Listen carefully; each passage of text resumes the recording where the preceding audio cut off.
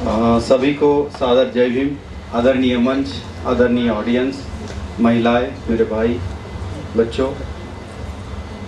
मैं जैसे हमेशा बोलता हूँ कि मेरे साथ दिक्कत होती है, टैलेंट की तरफ ही मेरा चांस आता है बात करने का।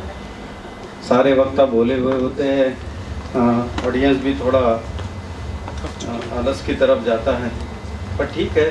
और अभी हमारे आज का जो प्रोग्राम है जयंती सेलिब्रेशन का, उसका क्लाइमैक्स का भी बाकी है।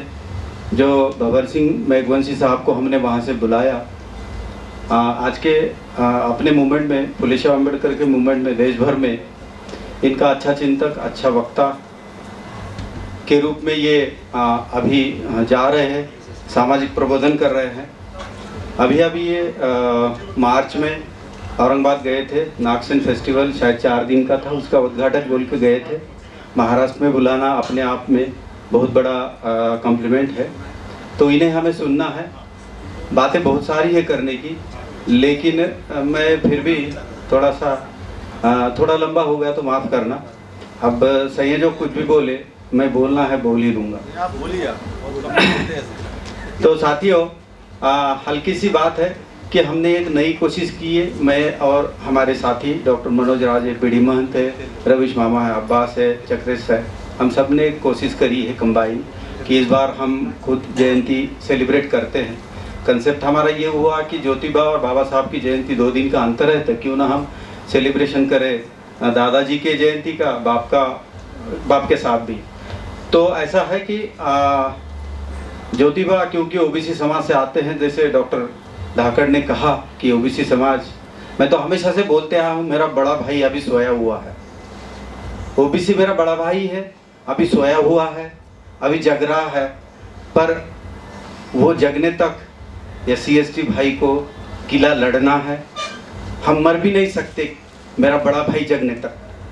तो ऐसी हमारी कहानी है। साथियों, ज्योतिबा का जो सामाजिक आंदोलन है, उसको अगर बारीकी से आप देखने की कोशिश करोगे तो देखो, जैसे डॉक्टर पीडी महंत ने शायद एक बात कही कि बाबा साहब को इतिहासकार के रूप में बहुत ज़्यादा हमने कहीं देखा नहीं, प्रपोज नहीं किया। एक हमारे बहुत लर्नेड डॉक्टर साहब है, नांदेड़ में प्रैक्टिस करते, MD मेडिसिन, बड़ा हॉस्पिटल है, डॉक्टर सचिन सरोदे। मेरी उनकी 4 साल पहले बहस हुई थी, उन्होंने ब्लंटली बोल दिया था कि बाबा साहब इतिहास के रूप में तो बाबा साहब कुछ भी नहीं, ब्लंट है। तो मैंने तब से बात बंद करी, तो अभी तक बात ही नहीं किया। मैं कई ज्ञानी लोग नए आते हैं तो उनको लगता है बाबा साहब छोटे हैं। बाबा साहब ने इतिहास को 3 रूप में बताया है, एक वैदिक इंडिया, दूसरा बुद्धिस्ट इंडिया, तीसरा हिंदू इंडिया। मैं हमेशा से ये बात को बोलने की कोशिश करता हूँ, और इससे बड़ा और इतिहासकार कहाँ चाहिए आपको। 3 शब्दों में लपेट दिया पूरा 2-2.5 हज़ार का इतिहास बाबा साहब ने एज ए हिस्टोरियन। बाबा साहब को लोग पूछते थे कि आपकी इतनी बड़ी लाइब्रेरी है, आप इतने सारी किताबें पढ़ते हैं क्या? तो बाबा साहब ऐसा बताते थे कि हर टाइम मेरे दिमाग में काफ़ी सारे क्वेश्चन चलते हैं, मैं कुछ खोजते रहता हूँ, और उस खोज के लिए जो ज़रूरी है किताब, जो रेफरेंस ज़रूरी है, मैं उसको निकाल के पढ़ता हूँ और उसको आगे चल जाता हूँ। तो इस तरह का शायद 25,000 किताबें वो नाव में ही डूब गई थी, और शायद ही 50,000 किताबों के लिए लाइब्रेरी होना अपने आप में एक मैजिक की तरह था।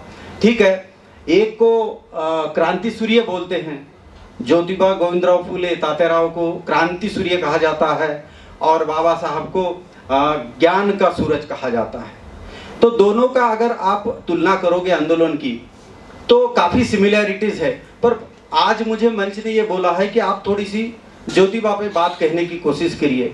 हालांकि मैं ज्योतिबा के चरित्र को पढ़ने वाला बड़ा ज्ञानी तो नहीं हूँ, पर आप जैसे लर्नेड लोगों से जितना समझा हूँ वो रखने की कोशिश करता हूँ कुछ लाइनों में। ज्योतिबा का आंदोलन हम देखेंगे तो देखो, एक होता है सामाजिक आंदोलन, एक होता है आर्थिक आंदोलन, एक होता है पॉलिटिकल आंदोलन, और ये सबको मिला के जिस किताब में, जिस साइंस में पूरे इंडिया के सारे एस्पेक्ट की बात होती है, उसको इंडोलॉजी बोलते हैं।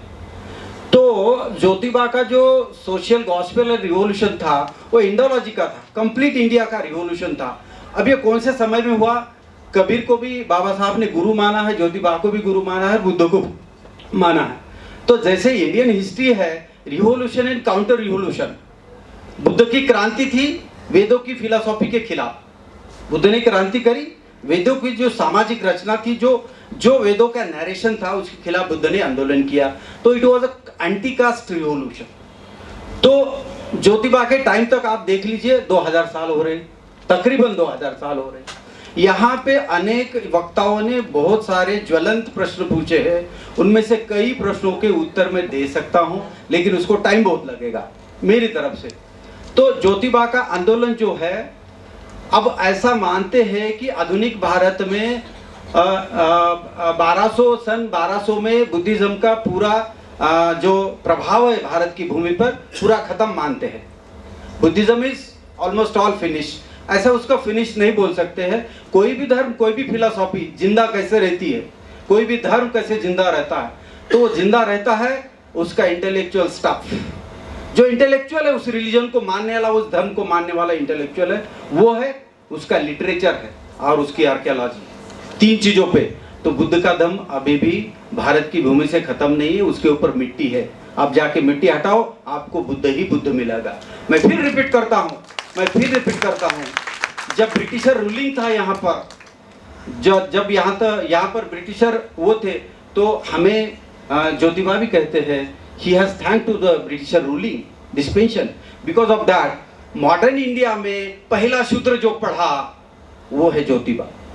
पहला शूद्र पढ़ा, और एक शूद्र जो पढ़ा उसने सबके लिए क्रांति की बुनियाद रख दी। आप फुले को बारीकी से पढ़ने की कोशिश करोगे तो 2000 साल बाद बुद्ध के ही आंदोलन की प्रतिमा आपको उसमें दिखेगी। Complete revolution, cultural revolution. Jyotiba कहते थे विद्ये विना मती गेली, मती विना गती गेली, गती विना वित्त गेले, आणि एवढे नीती विना गती गेली, गती विना वित्त गेले, आणि एवढे अनर्थ एका अविद्येने केले।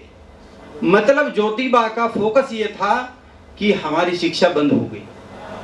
शिक्षा बंद हो गई तो ब्रेन ही बंद हो गए, आपका स्विच ऑफ हो गया ना। शिक्षा कब बंद हुई थी? शिक्षा बंद हुई थी मनुस्मृति के इमर्जन के साथ। मनुस्मृति का लिखा-पढ़ी का काल माना जाता है 400 AD। उसके समांतर में बुद्धिस्ट राजाओं ने राज किया है parallelly, but not in majority. बहुत सारे, भारत की इतना बड़ा भूभाग है, बहुत सारे क्षेत्रों पे आइदर राजपूत राजा रहे हैं या ब्राह्मण राजा रहे, या ब्राह्मण फिलोसॉफी को मानने वाले राजा है। इसलिए हमारा बहुत ज्यादा नुकसान हुआ है। तो फुले की जो सोशल गॉस्पेल है, सामाजिक क्रांति जो फुले की है, उसका केंद्र बिंदु है अशिक्षा, switching off the education for the productive masses. जैसे डॉक्टर मनोज राजे ने बोला 85% से ज्यादा लोगों के लिए शिक्षा बंद थी, और जो सवर्ण समाज में मेरी माता है उनकी शिक्षा भी बंद थी। सबसे बड़ी एट्रोसिटी तो पूना में ब्राह्मण महिलाओं पे थी। आप देखिए जाके,